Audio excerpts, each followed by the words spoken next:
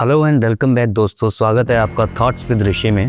Waste Bengal की politics में इस वक्त जो हो रहा है उसने पूरे देश को हिलाकर रख दिया है। सेंट्रल एजेंसीज, खास तौर पर ईडी और बंगाल की सीएम ममता बनर्जी के बीच एक ऐसी जंग छिड़ गई है जिसे देखकर आपको लगेगा कि आप कोई हाई वोल्टेज पॉलिटिकल थ्रिलर देख रहे हैं। पूरी कहानी शुरू हुई कल यानी 8 जनवरी 2026 को, जब एनफोर्समेंट डायरेक्टरेट यानी ईडी ने कोलकाता में कई जगहों पर छापेमारी की। निशाने पर थी आईपैक, तृणमूल कांग्रेस की पॉलिटिकल कंसल्टेंसी फर्म, और उसके डायरेक्टर प्रतीक जैन का घर। ईडी का दावा है कि ये रेड्स कोयले घोटाले स्कैम से जुड़े मनी लॉन्ड्रिंग केस से रिलेटेड है। उनका कहना है कि करोड़ों रुपए हवाले के जरिए आईपैक तक पहुंचाए गए हैं। लेकिन असली ड्रामा तब शुरू होता है जब बंगाल की शेरदिल सीएम ममता बनर्जी को इस रेड की खबर मिलती है, और फिर जो हुआ वो इंडियन पॉलिटिकल हिस्ट्री में पहले शायद कभी नहीं देखा गया। ममता बनर्जी खुद प्रतीक जैन के रेजिडेंस और सॉल्ट लेक वाले आईपैक ऑफिस दोनों जगह पहुंच गईं। आप इमेजिन कीजिए, एक serving chief minister central agency की रेड वाली जगह पर पहुंचकर एविडेंस रिमूव कर रही है।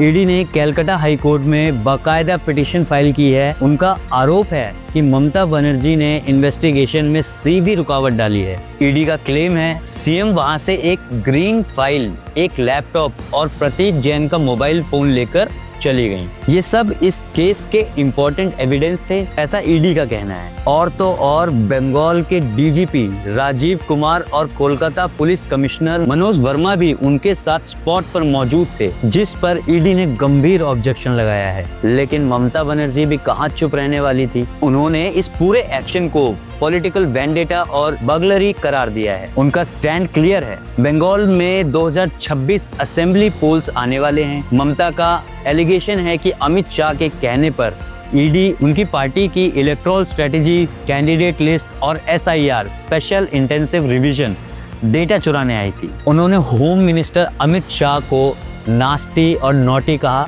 और सीधा चैलेंज किया कि अगर हिम्मत है तो बीजेपी उन्हें पॉलिटिकली हराए, एजेंसीज के पीछे छुपकर नहीं। ग्रीन फाइल और बाकी चीजों पर उनका कहना है कि वो पार्टी के प्राइवेट डॉक्यूमेंट्स थे जिनका किसी स्कैम से कोई लेना देना नहीं है। तो ये कोयला स्कैम है क्या जिससे आईपैक को जोड़ा जा रहा है?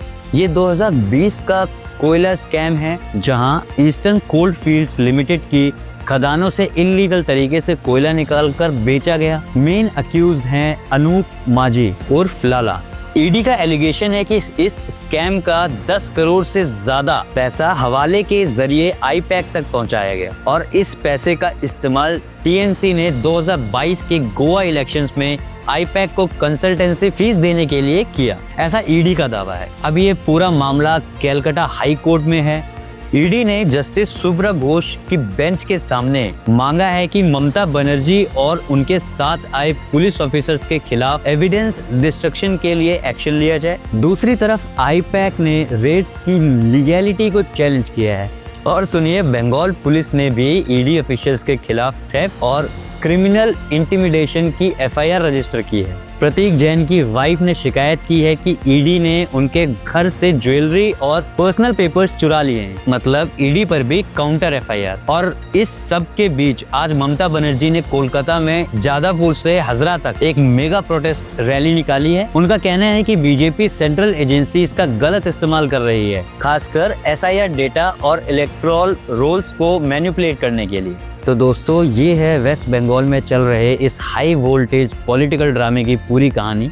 एक तरफ सेंट्रल एजेंसी ईडी है जो करप्शन के खिलाफ एक्शन का दावा कर रही है, और दूसरी ही तरफ एक स्टेट की चीफ मिनिस्टर है जो इस सब को पॉलिटिकल वेंडेटा बताकर खुद मैदान में उतर आई हैं। आगे क्या होगा? हाई कोर्ट का फैसला क्या आएगा? क्या ये मामला और गंभीर मोड़ लेगा? ये देखना दिलचस्प होगा। हमें कमेंट में बताना मत भूलिएगा कि आपको इस एपिसोड से क्या जानने को मिला और आपकी इस पूरे मुद्दे को लेकर क्या राय है, कमेंट में जरूर डालिएगा। और हमारे चैनल को सब्सक्राइब करना ना भूलें ताकि ऐसी ही अपडेट्स आपको लगातार मिलती रहें। मिलते हैं अगली वीडियो में, तब तक के लिए जय श्री राम।